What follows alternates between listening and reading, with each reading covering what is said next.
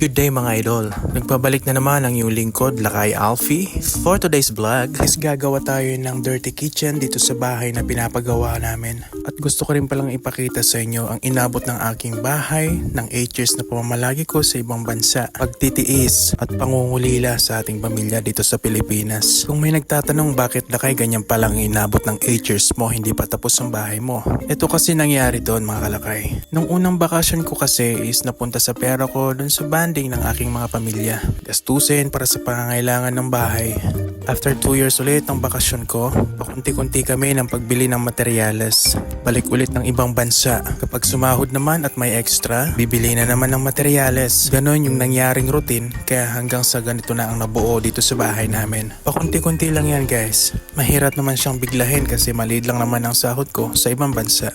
Laking pasalamat ko rin sa aking mga magulang dahil 80% ang kanilang nagawa dito sa bahay na ito. Matagal na panahon, matagal na paghihirap ang kanilang binuhos sa bahay na ito. Dahil nga sa konti lang din naman ng pera, wala naman kaming pang-arkila ng panday. Kaya almost sila na lang ang gumawa. Sa mga hollow blocks, patong-patong, sa pagbuhos sila na ang gumawa. Pagkakabit naman ng mga bakal sa taas, syempre kumuha na sila ng iba. Guys, alam nyo, basta may pangarap at plano tayo sa buhay, lahat yan makakamtan mo sa sipag at tiyaga lang. And of course, manalangin tayo dahil ang Diyos lamang ang siya nagpapasya at nagbibigay sa atin kung ano yung karapat dapat para sa atin. Dahil hindi mo makukuha ang isang bagay kung hindi ito ipagkakalob sa iyo ng ating Panginoon.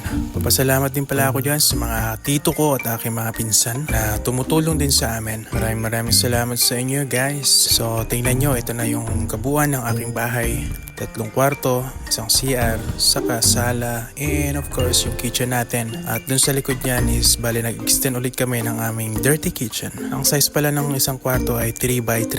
Sa anak ko naman is 3x2.5. Ayan, napakarami pang kulang guys, pero tiis-tiis lang. Pakunti-kunti lang tayo dyan. So ayan na yung mga tito at mga pinsan ko.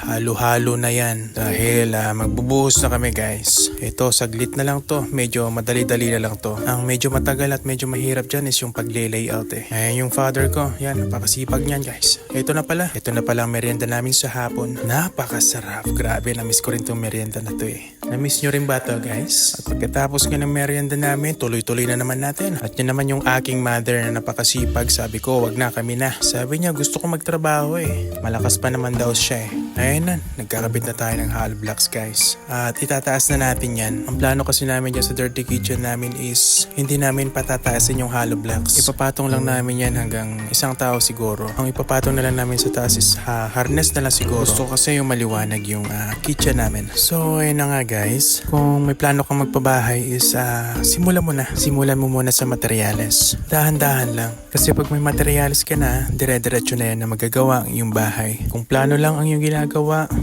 for sure, hindi yan magagawa. So, hanggang doon na lang guys. Kaya yan, sumasakit na rin yung likod ko eh. Sabi ng insan ko, masakit din tong likod ko. Grabe. Kaya sabi ko sa niya, insan, mawawala din yan mamaya. O siya guys, hanggang dito na lang at iinom muna ako ng C2.